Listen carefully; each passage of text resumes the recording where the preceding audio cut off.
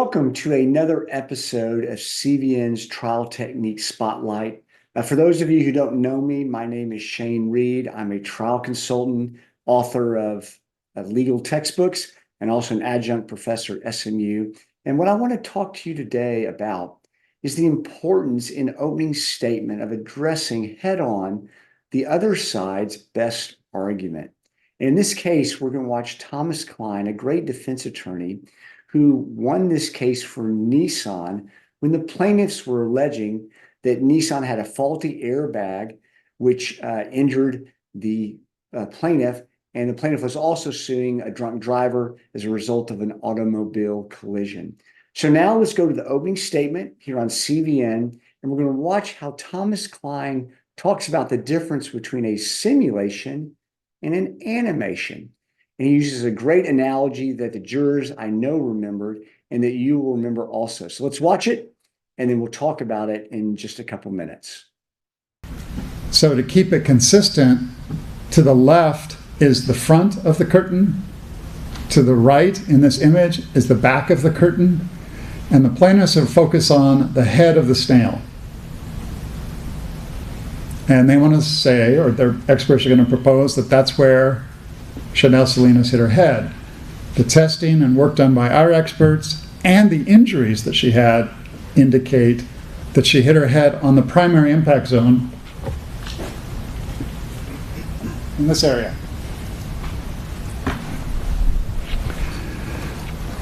So these kind of went fast, but this is an illustration on the left. The court read you a brief instruction about animations. There's a difference between an animation and a simulation. A simulation is using the computer to try to simulate what happened by putting a lot of detail into the computer and then letting the computer run formulas in the background and show us what happened. The SMAC animation I showed, the crude illustration showing the vehicles come together, is a simulation where you're plugging numbers into a software program that shows how the vehicles move. Then there's a animation, which is, to be blunt, a cartoon. It's to illustrate things. As the court said, it's not evidence. You've seen other cartoons. To use an extreme example, you've seen Bugs Bunny cartoons, right? There's Bugs Bunny overruled, crashing to the ground in a rocket, but he pulls an emergency brake and stops just short of hitting the ground. It's really funny and physically impossible.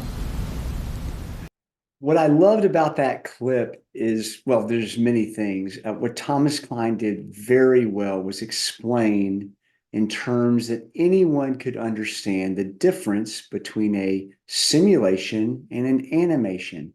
And he certainly explained that a simulation is a lot more accurate and a lot more authoritative than an animation. But he took it a step further, and he did two things. He used one analogy saying that an animation is like a cartoon, but he took it even further, which is what I loved, is he used the analogy of a Bugs Bunny cartoon. Now, he would have to know who's on the juror and know that they are old enough to have seen a Bugs Bunny cartoon. But even if you hadn't, his description of the Bugs Bunny cartoon is just wonderful. A Bugs Bunny being in a rocket, pulling on the emergency brake and stopping right before he hits the earth and where he could have crashed.